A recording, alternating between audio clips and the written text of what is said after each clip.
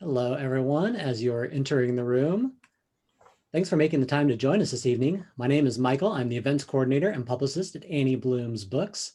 For those of you who aren't familiar with the store, we're located in Portland, Oregon, in the heart of Multnomah Village. We've been around for 42 years now, and we are still going strong. That's a virtual store behind me there. It's our fiction section. You are allowed now to come into the store for the first time in recent weeks. The first time during the pandemic, just a few customers at a time. So feel free to show up. It's first come, first serve. And we're open weekdays from 9 a.m. to 9 p.m., weekends 9 a.m. to 6 p.m.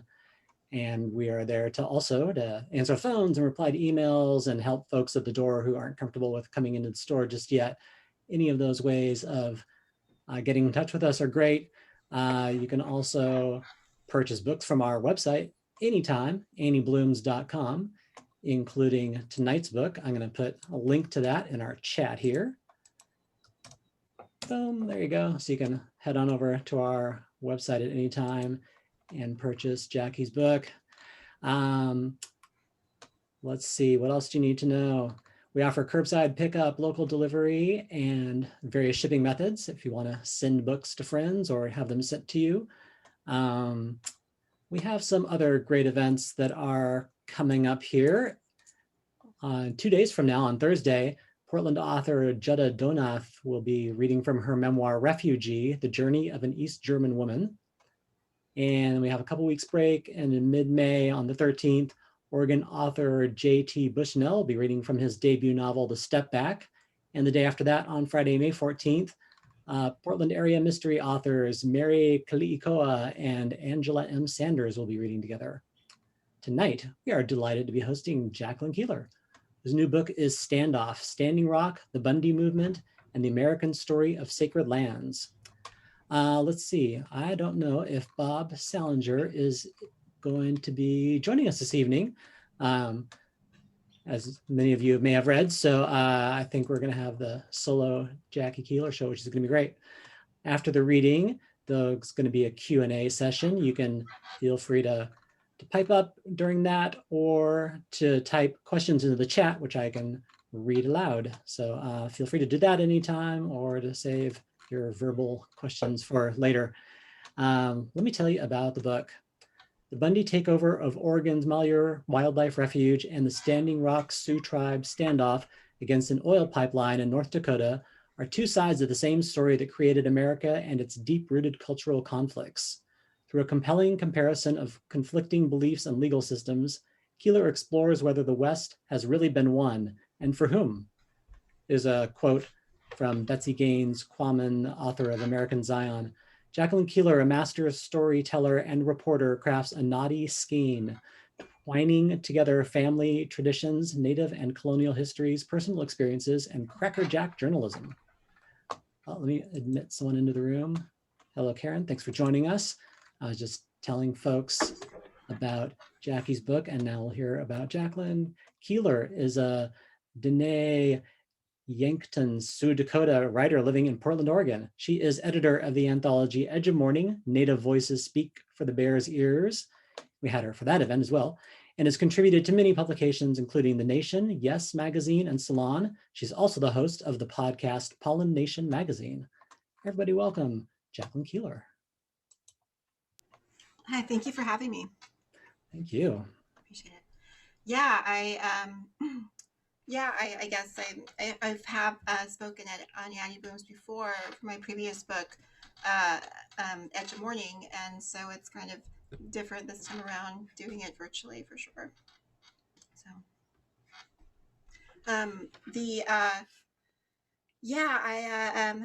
thought maybe I'd open with a reading and I guess I also have been working, a little tired today because I've been working on a piece, an essay in response to Rick Santorum's recent comments about Native people and about our how our culture hasn't really added anything to America. It hasn't really helped build America today, and that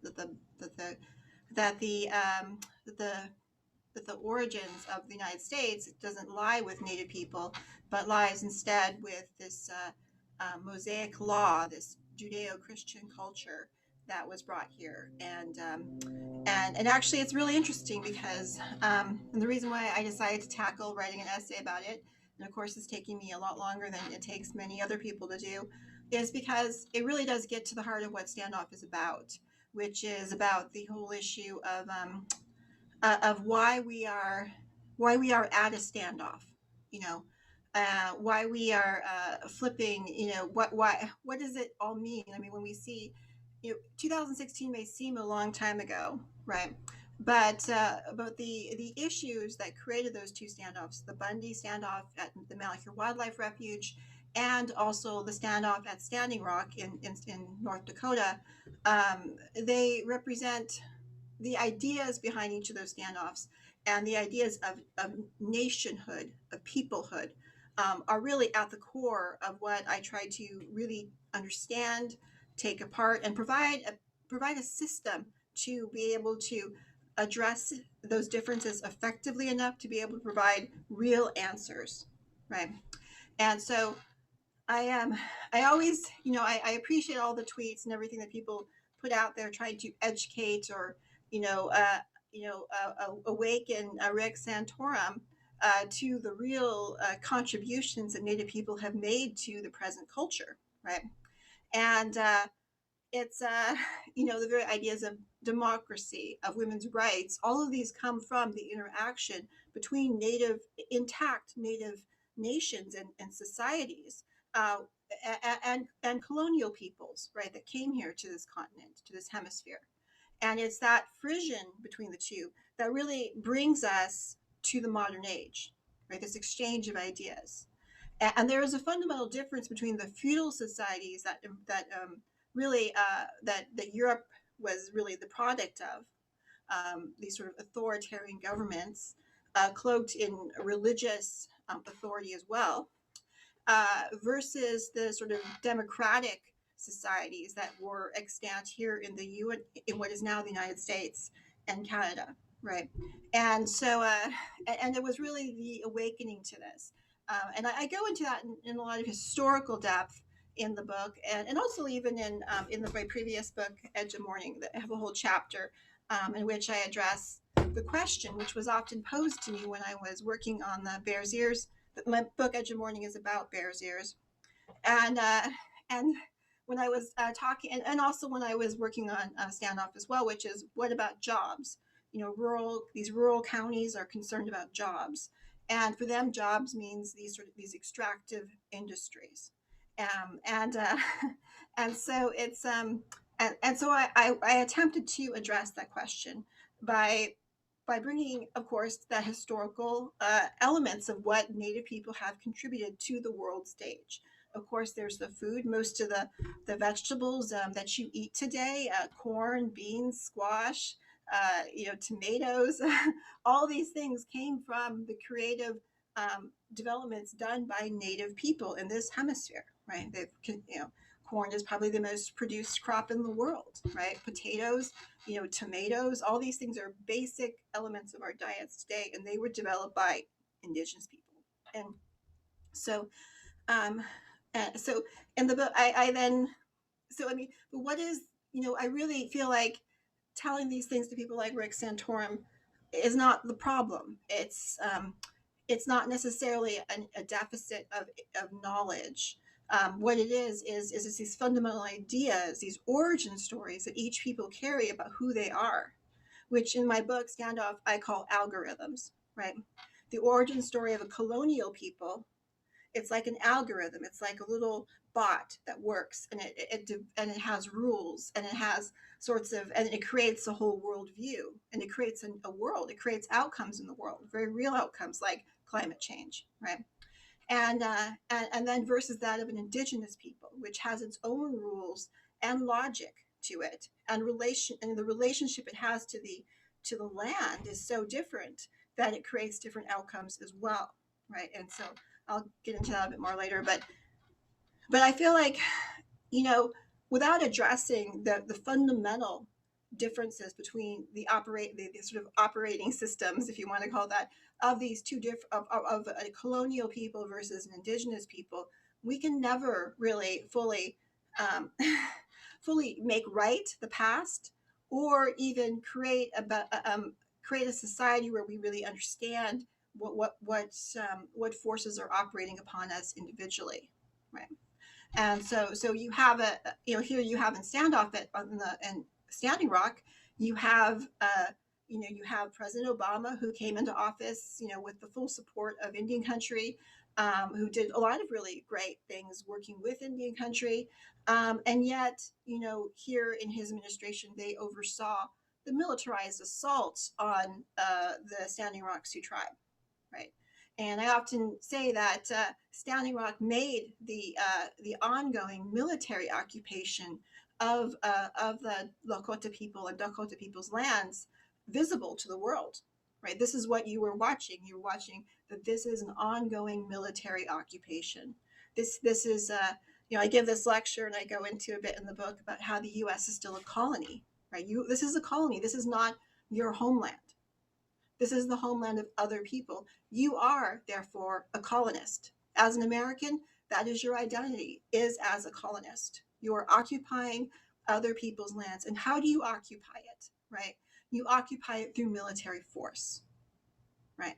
So, and then, you could be a good person and still be a colonist, still be part of a structure, a system that is taking from other people.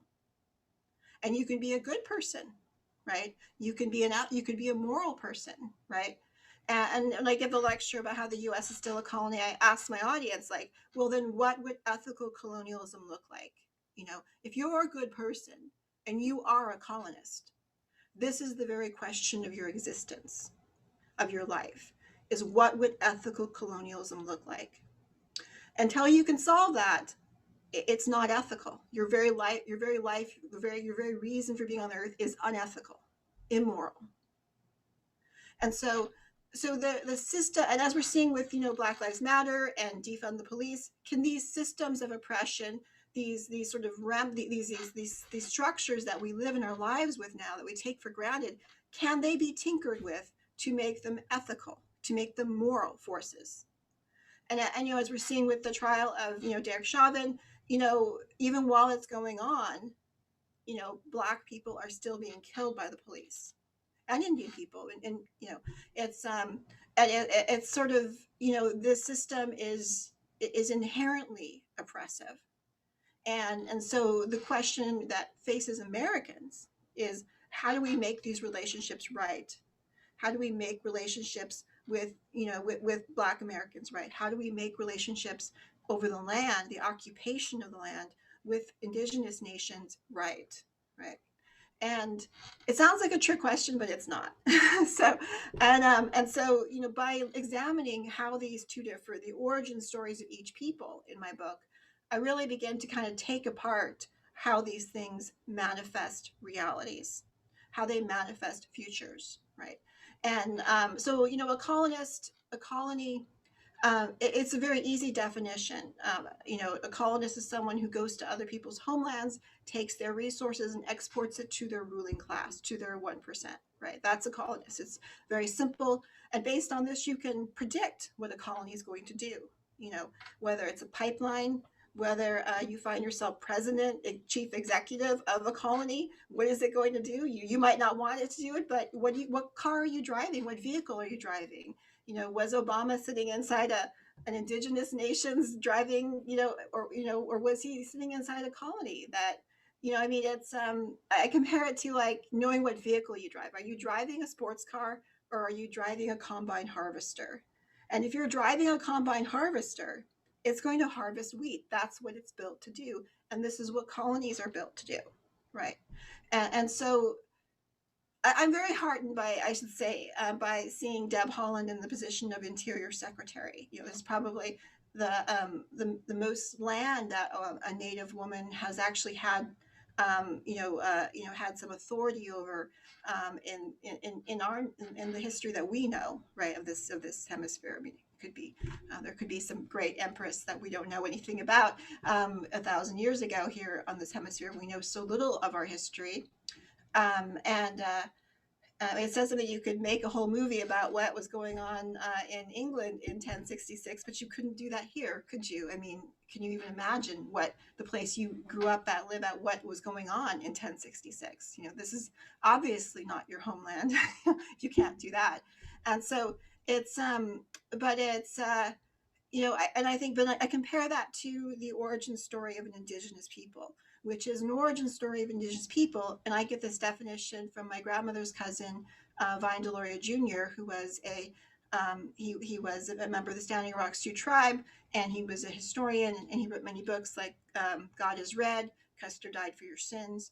And he gives a definition of an indigenous people, which is that a people with a capital P, which is the name that most Native people have for themselves. My mother's tribe is called the Navajo Nation by the federal government, but our name for ourselves is Diné, and their name for our homeland is Dineta. So it's so that means the people, right? So when you have an origin story of a people, right, with a capital P, that origin story is based, he says, in the meeting with a sacred being who was a manifestation of the land itself, right? And at this point, you become a people when you make this agreement with the land itself. So an example would be for the Dakota and Lakota people, we became Dakota and Lakota once we met the white buffalo calf woman, who was a manifestation of the Great Plains. And so at that moment, she came to us, she brought us the pipe, the champa, which was made with the buffalo, the front leg of a buffalo. And we made an agreement, not just with her, with the land, but also all the people who were already on it, including the Buffalo Nation, right? And at this point, we became a people of the plains. My Lala used to say, at that point, we became Lakota at that point. That's when we became Lakota. And so before that, we were something else. And then once we made that agreement, then we were Lakota. Then we were this people. And we were a people of a particular place. And then we were tied to the outcomes of that place. So unlike a transnational corporation, we could not move from place to place and make money and have no worry about the outcomes of our actions, right? Just take the profits and move on. We were tied to the outcomes of of our actions in that place, and which is very different than the oil industry or many other industries. And I think you can look at the colonial nature origin story very clearly when you look not at Plymouth Rock, which is what Rick Santorum was referencing when he was talking about these Christian values and people were coming here for religious freedom. The actual origin story of America should be more correctly looked at an earlier English settlement, which would be Jamestown in Virginia, which was started as a corporate endeavor, right? The Virginia Company of London, of London Adventures, that was capitalist. That was a capitalistic endeavor. It was a joint stock company, which was an early form of corporate, entities, and it was, and also a corporation given incorporation papers, charters by the Queen of England, Queen Elizabeth I, and also given governmental powers. Just like Trans Canada and all these pipelines are being given, even if they're a foreign company like from Canada, they're still being given governmental powers of eminent domain over Americans' right to own land, which is supposed to be sacrosanct. So and so I think that when you look at the actual origin story of Americans, it's deeply tied to corporations, it's deeply tied to capitalism, it's deeply tied to taking and being the beneficiaries of the taking. And what I point out in Standoff is that the Bundys were invoking their rights as colonists to the spoils of this land. And that this is the primary difference between what they were doing and what indigenous people were doing at Standing Rock, which is invoking the Standing Rock Sioux tribe and its citizens were invoking their rights as under treaty with the United States. And treaties are only entered into by sovereign nations. The Great Sioux Nation was recognized by the U.S. Senate as a sovereign nation, and the treaty was ratified by the U.S. Senate. Which under the Constitution is supposedly the highest law of the land, and is in fact international law as well. And so I think that's just sort of so I've been working on the Rick Santorum piece, and my point of view is that it's not enough to scold him. It's not enough to tell him history he probably already knows, quite frankly, and has dismissed. But it's very, very important to change the structure of white supremacy. I think of white supremacy as a house that I think of white privilege as the house that white supremacy built, right? So you live in that house, you think it's the entire world, you don't even know it's a house. You look outside the window, you see a view framed by it, and you don't even know you're not seeing the entire world, right? So this is why we have white American voters who are voting for Trump, who are voting for very right wing perspectives, and are very disruptive to the process of governing, are actually invading the Capitol with the Capitol insurrection. I just was listening to the radio, and they were saying, it was on the New York Times podcast, The Daily, and they're talking about how President Biden did his first sort of climate change conference that he just held, and very few, and that the U.S. has lost so much credibility. Right, people aren't following his lead like he would like them to, because our presidency swings from one administration to another, back and forth like a pendulum, right? And it's this, when white voters vote, they vote for a structure that is punitive, that endangers the future, that is based in a sort of instinctual reaching out for their own privilege, right?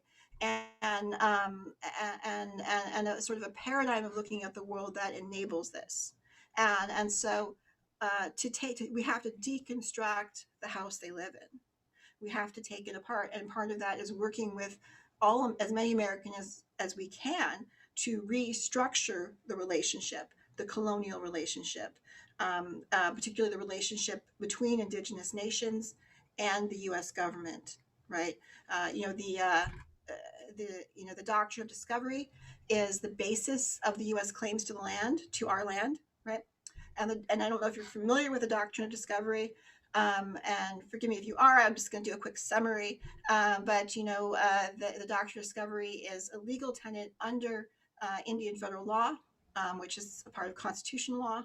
That was sort of set by one of the first Chief Justices in the United States, Chief Justice John Marshall, who did a trio of rulings in the starting in the late 1820s, which are basically the sort of foundational cases that Indian federal law are built upon. And this Doctrine of Discovery he hit upon, which gives the U.S. government the title to our land, right? And so he was, just a real quick summary of the case. He was basically faced with two non-native landowners, one who had gotten title through the tribe, and then the other one who had gotten title from the state, right? And he had to determine whose title was actually valid. And he turned to Vatican law, to papal bulls issued by the Pope, right? And these were ones done in, I think, 1491, and another one done in 1550 by two different popes. And in these papal bulls, what these two popes ruled, was that only discovering Christian nations had title to land that they had discovered. So, when they came to our land, right, and they would often go to the mouth of a river, and they would claim the whole water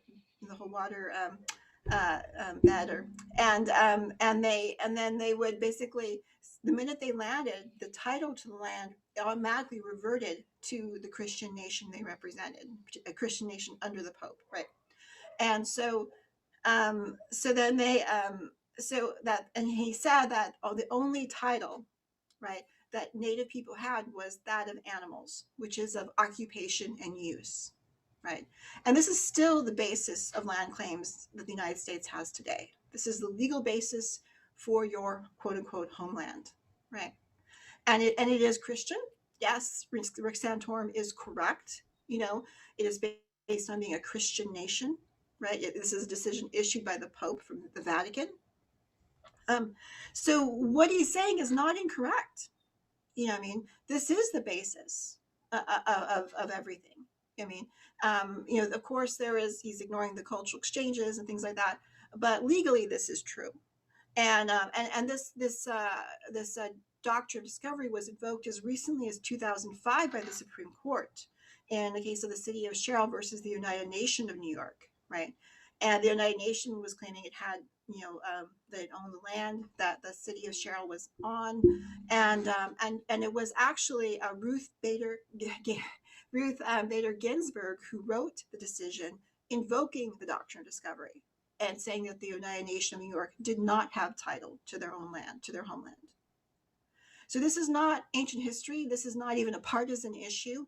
This is actually what it means to be an American. And so I think that people need to come to terms with that in a much more honest way. Um, and um, and so that's sort of what I'm trying to put into my essay, because I don't think it's enough to sit there and wag our fingers at them because they don't listen anyway, right? Because that's not what's motivating them, is a lack of information, right? That's not the issue here. The issue is a structural understanding and an invocation of power, right? And that's why I really look very closely with comparing the Bundy family's use of ideas in order to gain access to power, right? As leverage to obtain power. And of course, they did obtain power. By invoking the Revolutionary War, which I go over in a great deal of detail in the book, and I give a completely different take on the Revolutionary War than what you may have learned in school. But you can see that they were tapping into power, and the smugness that they have is actually um, quite, quite legitimate. Has a legitimate basis. Here they got, their. I mean, they had, with Trump in power, they had access to power, and they still do.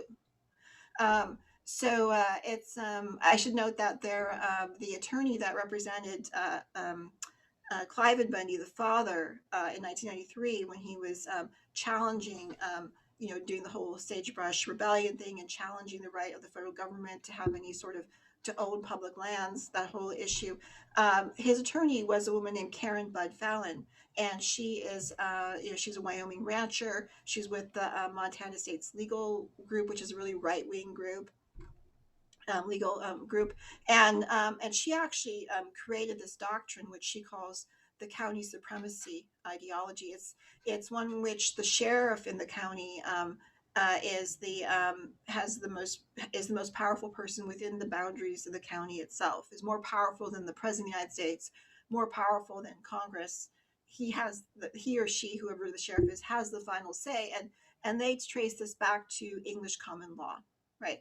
To in old Anglo-Saxon England, the sheriff was elected by the people, and therefore that this is the real representative of the people in these rural areas is the sheriff, right? And there is a constitutional sheriff's organization that claims to have, several hundred members who are former sheriffs and present sheriffs, and is actively, pursuing this idea, and it has no legal basis, not even in English common law. I checked, and but it has power anyway, right? And you could see them trying to invoke that power, and when they were approaching the sheriff there in Harney County in Oregon, right? And trying to get him to invoke his powers as sheriff under this pretend sort of legal ideology that they hold to be true. I think it's also sometimes known under the name posse comitatus, and and of course then you get into the whole three percenters and the whole militia thing, and but you can see that actually happening with the county in Morton County, North Dakota, where the sheriff in Morton County, which I should note, Morton County is a county that the United States basically occupies in defiance of the treaty they signed with the Great Sioux Nation, in defiance of international law, right? It's an illegal outlaw county, and as is most of western North Dakota and South Dakota, and has no legitimacy legally under international law. And yet he actually led a full-on military assault on the Standing Rock Sioux tribe, right? And we all watched it happen. And so it's because the Standing Rock Sioux tribe and other tribes, including my father's tribe, the Yankton Sioux tribe, all who are members of the Great Sioux Nation, had invoked the treaty, one of the Fort Laramie treaties, in the most mildest way you can, which is they actually invoked it, requesting consultation, meaningful consultation on the development of this pipeline. And they thought they were faced with a full-out military assault, and that really did echo the words that when I was covering the takeover of Malheur by the Bundy brothers, Ammon and his brother Ryan. I was talking, and I know they also said this in the press conference, but I was talking to Charlotte, leader of the Burns Paiute tribe, Charlotte Roderick, that she was saying that if we had done that, if we had taken over the Malheur Wildlife Refuge, which used to be their homeland and part of their much larger Malheur reservation, they would have been met with guns. They would have been killed, and I think that this is not unlikely. So, but that's my spiel on the latest news. Do you want me to go ahead and read something, or should I answer questions? I think you should go ahead and read something. Okay, I'll read. I haven't read this part before publicly. I tend to read just the introductions, and I should say this book has at the beginning of the book has three oral stories that I felt were really important for me to tell, so that people could understand how my perspective on what happened at Standing Rock has been shaped as a member of a Dakota family. My grandmother's grandparents actually lived on the Standing Rock Sioux Reservation for 40 years. They were Yankton Sioux, but they lived and worked there for the tribe for 40 years. And my great grandmother and her siblings were raised at Wakpala at St. Elizabeth's there. And my great grandfather was an Episcopal priest. And he was a Dakota man. His name was his Indian name was Tipi Sapa, but his English name was the Reverend P.J. Deloria, and he was very beloved by the community, and so, which is why some of my grandmother's cousins were given tribal citizenship in the Standing Rock Sioux tribe to honor the work that our family had done there, but yeah, I just wanted to share some of the stories and how they shaped my perspective of being Dakota, and some of these, two of the stories have never been written down before. I believe one of them has already, but one of them is a story that we learned when we was handed down in our family, that we learned when we were at Standing Rock. That is about Sitting Bull, and then the other two are stories from my family, from the Yankton Sioux Reservation, for the Yankton Sioux Nation, and yeah, I suggest reading them because I felt like, so often we do only talk in sort of a shared cultural language based on Judeo-Christian culture, and we all know that what we're referencing. We know what the Bible references are. We know what, even if you're reading Shakespeare, you have to know these things, and or you even ancient Greek and Roman references from mythology or Aesop's fables. We all know what we're talking about. We share this sort of shared cultural basis to have conversations about things if we've gone through a Western education, but we don't know a lot about Indigenous nations and the sort of cultural basis that being part of an Indigenous community or family gives you, what you bring to when you are analyzing a situation. And so I felt that it was necessary to include these oral stories that were, I felt, crucial for me to understand, to what I brought when I was covering as a journalist what happened at Standing Rock. And so I included those in there. So definitely worth reading them to kind of get a sense of that. But anyway, so I'm going to read. So this is from the chapter from Malheur to Standing Rock. So I love these quotes. I'm going to start with these quotations. When I go around America and I see the bulk of the white people, they do not feel oppressed. They feel powerless. When I go amongst my own people, we do not feel powerless. We feel oppressed. We do not want to make the trade. We see the physical genocide they are attempting to inflict upon our lives, and we understand the psychological genocide they have already inflicted upon their own people. This is the trade-off that they want us to make for survival, that we become subservient to them, that we no longer understand our real connection to power, our real connection to the earth. This is from John Trudell, Santee, Dakota. We are Power Speech, 1980. And then another quote, here beyond men's judgments, all covenants were brittle. That's from Cormac McCarthy, Blood Meridian. Okay, or the evening redness in the west. In December 2016, the Ocheti Shakoman camp was blanketed in snow. With temperatures so cold, the simple act of taking my hand out of my glove just for a minute to adjust my camera was punished with exquisitely painful pricks, harbingers of frostbite, all over my exposed flesh. The pain immobilizing my hands served as a reminder of the unforgiving nature of life at this northern latitude. I thought about my ancestors who had endured countless winters here in skin teepees and buffalo furs. These products of their ingenuity also attested to the importance of their all-encompassing relationship with the Tatanka Oyate, the Buffalo Nation that made life itself possible. This starkly beautiful landscape, known as the Great Plains, is the homeland of my father's people, the Dakota, known in the Western dialect as Lakota. It was serene and powerful and quite capable of killing us all. It was it is a place of exceptional beauty, but a place that, hand stripped even for a moment of a humble glove, will remind you of your mortality. Or as they say in Lakota, of our pitifulness. Um, let's see here, I missed it. When we stand alone and our need for help, unchimalaye, whether from divine intervention or fellow human beings. Life here was made possible by our traditional culture of sharing based on kinship and responsibility. When stripped of the protection of these life-sustaining relationships, we would not survive. The glove I wore was the product of Western capitalism made in a factory in far off China. And the gloves and clothing my Dakota and Lakota ancestors would have worn 160 years ago would have been the product of those relationships.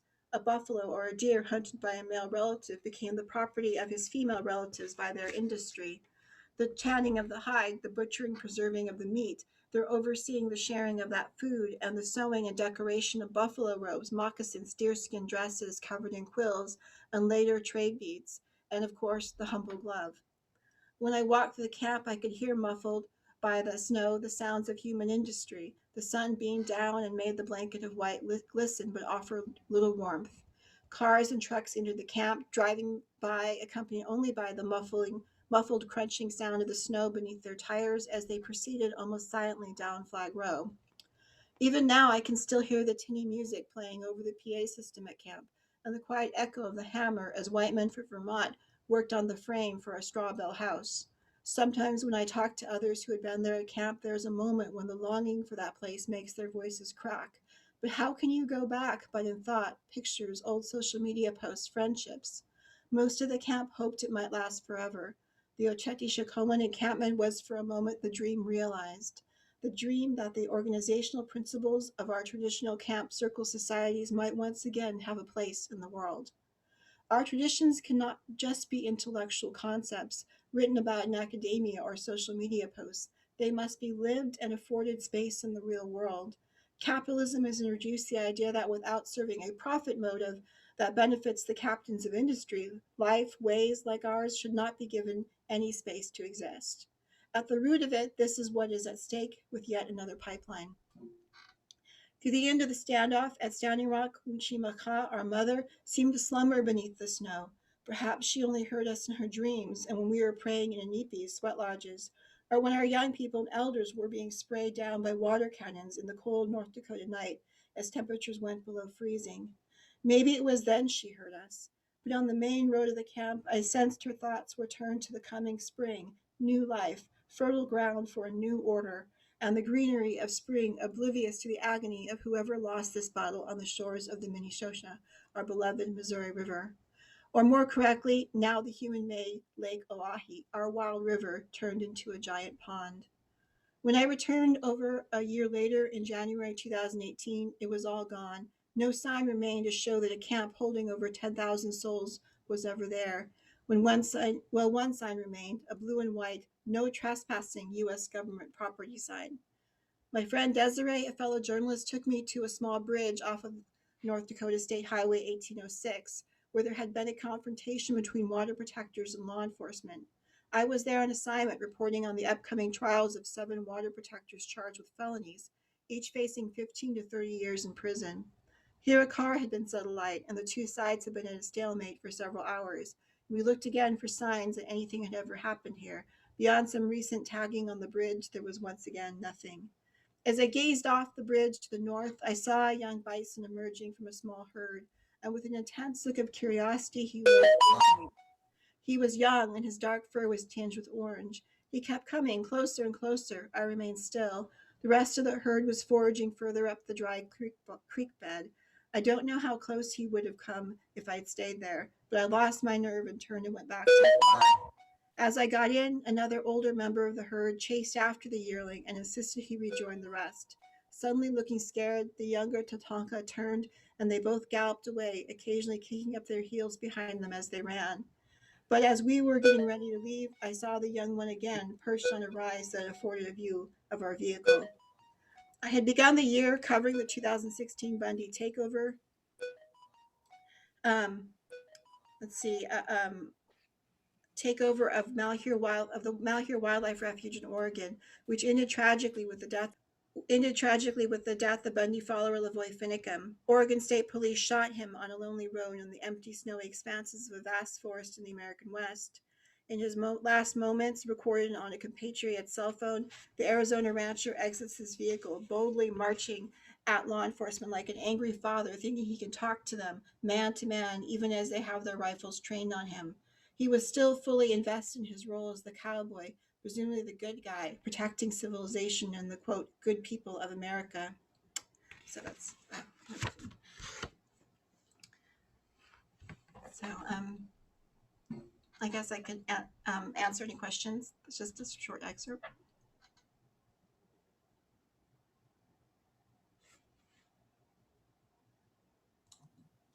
Yeah. Didn't do this like. Do people have questions? Feel free to type in the chat, raise your hand.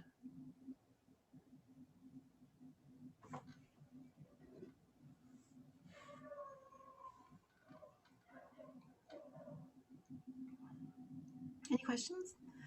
I could read some more, I guess, if people have questions.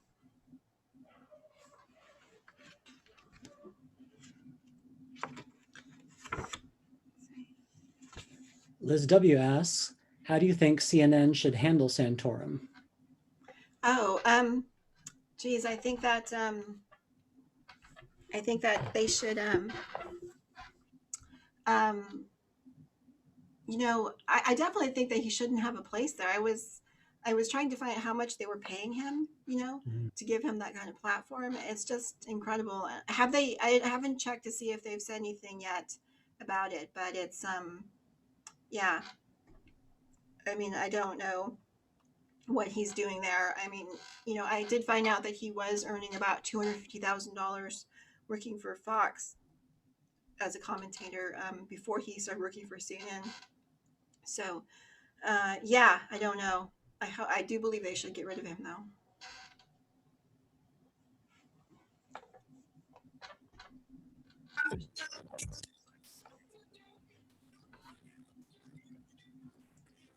I had a question, if you don't mind. Yeah. I was curious because you were talking about restructuring the relationship between the white settlers and indigenous people. I'm curious, like what if you've ever like imagine like what that restructuring might look like, or what. Yeah. I actually on my Pollination magazine podcast, I did I did a podcast about it, and it's actually called Structural Fixes to Pretendianism. Pretendianism is a term I use to describe people who are pretending to be Indian, pretending to be Native American, and and I do see the issue of ethnic fraud and masketry, red face, as being on the same spectrum. It's a form of colonial aggression, I would say, and not of appreciation. And But it's once again like what the Bundys are doing. It's a form of invocation of colonial rights, right? Colonial rights, and so to Indian identity, to everything, to our culture, to everything that we possess, right? And so, but my thing is, I think that the issue has to be resolved politically. I believe that I don't know if you've ever read my grandma's cousin's book, Vine Deloria Jr.'s book, God is, no, Custer Died for Your Sins. And he wrote that in 1969, I think. And it was right after he had served as executive director of the National Congress of American Indians during the Civil Rights Movement in Washington, D.C. And he was writing about, he has a chapter there called the Red and the Black, kind of echoing Stendhal's book title. And you know, he definitely felt that the issue was an issue of sovereignty, right?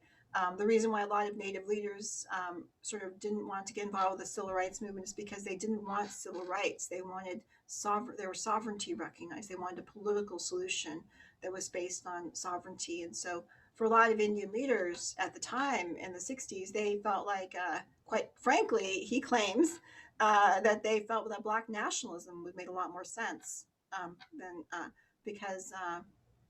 So I have thoughts on that, which I might write about someday. With a slightly different take, but the issue is that I think without a political reality, our identity is very assumable, right? Everything about us is assumable. And the way I actually came to this idea of a political solution which recognizes our sovereignty fully, right? Which would mean that, and I think that as individual tribes, we don't have much standing internationally. Like, we don't have a seat on the UN, of course, because the U.S. government wouldn't allow that. Some tribes, like my husband's tribe, the Iroquois Confederacy, they actually do issue their own passports, which they try to use with some success. And but I think most Americans don't understand that Indigenous nations are sovereign nations with that, you know, that are all around them, right? We're not just, these aren't public parks, although they are treated that way under the law, right? And this is what needs to be renegotiated, is this relationship. You know, instead of having the land held in trust for us, because of course, since we're under the Doctrine of Discovery, since we're not Christian and we're not discovering nations, you know, and the U.S., I should note, was not didn't exist when these papal bulls were issued. But Chief Justice Marshall asserted that they inherited that status as a discovering Christian nation because they were colonists, because they were colonists of England, right? And which did exist at that time. And so I think that we need to have our land restored to us fully, not just being held in trust by the federal government, right? We need to, and I believe we need to start a federal Indigenous government, because I think alone we don't stand a chance, any of us, not even the Navajo Nation, where I'm a citizen, which is the size of Ireland, has the population of Iceland, is larger than 22 member states of the UN. I don't think we could stand alone, quite frankly. I mean, and so we need each other. So I think that an archipelago of Indigenous nations forming their own government with a partnership with the United States and the restoration of our lands, right? And so many of which have already been agreed upon under treaty, but which are not being honored, right? The treaties that were ratified by the U.S. Senate, and so I think that would be a way to go. You know, we would have our own passports. We would have an archipelago, like I said, which we would negotiate. You know, flyover space, other rights. I think every time we become more politically real, we also become more present, and our rights become more real, and our lives become more real. We're not just in the past, you know. And so I think that is really crucial to fighting our erasure and the colonial assumption of our reality. politically and culturally and every other way. So I would say that's my actual idea, and I've been trying to articulate this for a few years now, but I think that is really the only way to make it right. And but the U.S. government would still have a relationship with us. Every time the U.S. government, State Department went and negotiated a treaty with a foreign nation, they would include in there that they have to honor our rights.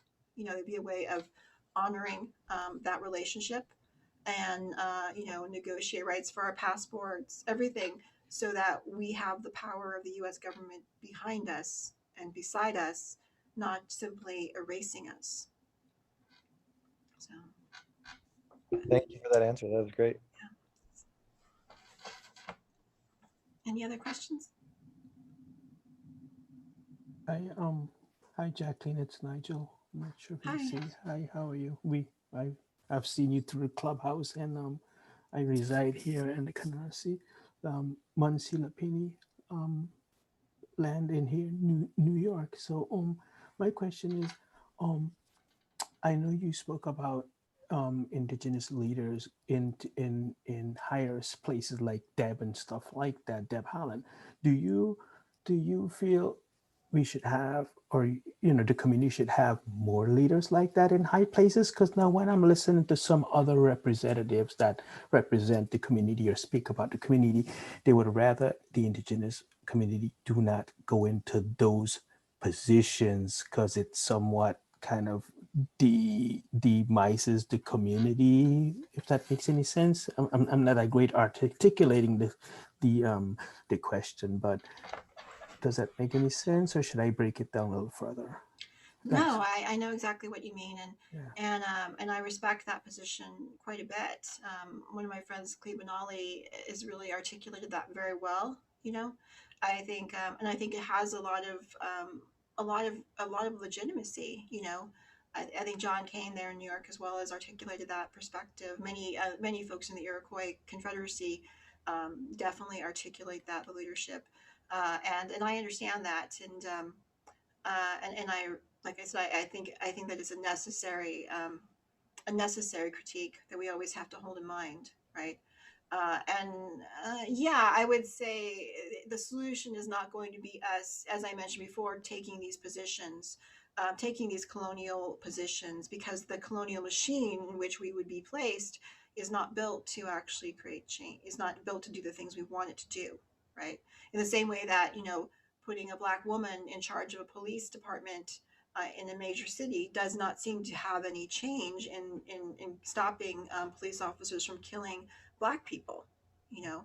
And it's, as much as that leadership may want to change, the structure in which they are in will not change, right?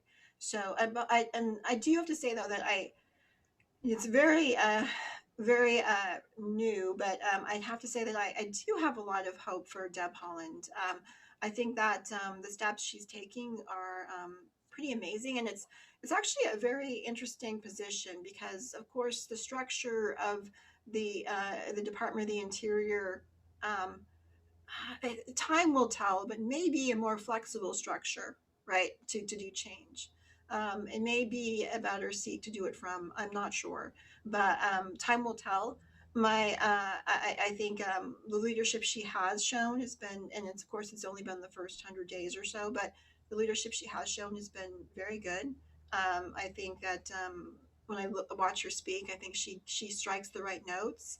Yet I don't know. I mean, it's hard to say you trust a politician, but I think she's pretty good. I mean, that's just my call right now. And but the thing I do fear for her is that even as she's changing the system, she is at risk.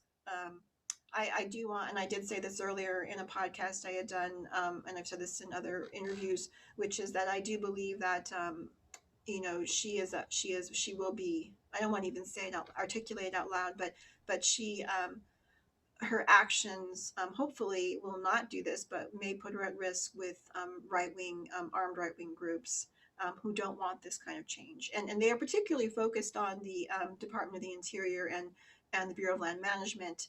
and they've been very forceful in these rural communities, because of course there are many states, including the state I live in, Oregon, where most of the land is actually controlled by her department, right? By the Department of the Interior. It's public land. It's federally controlled.